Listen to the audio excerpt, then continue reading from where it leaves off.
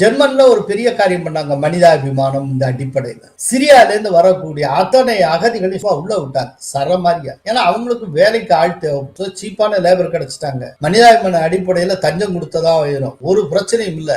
எல்லாத்தையும் பறவெல்லாம் அவுத்து விடு. அத்தனை பேரை அலோவ் பண்ணாங்க. கடைசியில என்னாச்சு? சிரியன் அகதிகள் வந்து அந்த ஃபர்ஸ்ட் இயரை அன்னைக்கே பிரச்சனை வந்து புத்தாண்டு கொண்டாட்டத்தன்னைக்கு சிரியால இருந்து வந்த அகதிகளுக்கும் அங்க இருக்கிற நேட்டிவ் ஜெர்மன் சிட்டிசன்ஸ் இடையில பெரிய மோதல். இன்னைக்கு சிரியால இருந்து வந்த அகதிகள் பல்கி பெருகி கொண்டிருக்கிறார்கள். போற போக்குல அடுத்த 30 வருஷத்துல அவங்களுடைய மக்கள் தொகை பிரம்மாண்டமாகி விடும் போல இருக்கு. அப்போ ஜெர்மன் ஜனநாயகத்துல அவங்க தீர்மானிக்கிற சக்தியாக மாறி விடுவார்கள். இப்பவே ஜெர்மன்ல இருக்கக்கூடிய பிரதான வீதிகள்ல தங்களுடைய முக்கியமான நாட்களின் போது தெருவை அடைத்துக் கொண்டு அவர்கள் தொழுகை நடத்தி கொண்டிருக்கிறார்கள். இதெல்லாம் ஜெர்மன் இதுக்கு முன்னால பார்த்ததே கிடையாது. சோ ஒரு காலத்துல யூத எதிர்ப்புவாதம் எப்படி ஜெர்மனை ஆட்டி படைத்ததோ ஹிட்லர் காலத்துல, அதே போல இன்னைக்கு இஸ்லாமிய எதிர்ப்புவாதம் ஜெர்மனை ஆட்டி படைத்துக் கொண்டிருக்கிறது. இப்ப அங்க இருக்கிற அரசியல்வாதிகள் எப்படி இங்க இருக்கிற எதிர்கட்சியினர் இந்து சமயத்துக்கும் இந்துக்களுக்கும் எதிராக இருக்கிறார்களோ அது போல அங்க இருக்கிற அரசியல்வாதிகள் அங்க இருக்கிற சோகால்டு நேட்டிவ் ஜெர்மானியர்களுடைய உணர்வுக்கு எதிராக இருக்கிறார். அதை முற்போக்கு அப்படிங்கிற பேர்லையும் மற்ற பெயர்களையும் நியாயப்படுத்தி கொண்டு இருக்கிறார்கள். அதற்கான விலையை ஜெர்மனி கொடுத்து கொண்டு இருக்கிறது.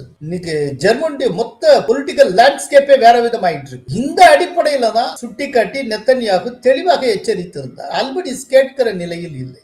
இன்னைக்கு பெரிய விலை கொடுத்து கொண்டிருக்கிறார்.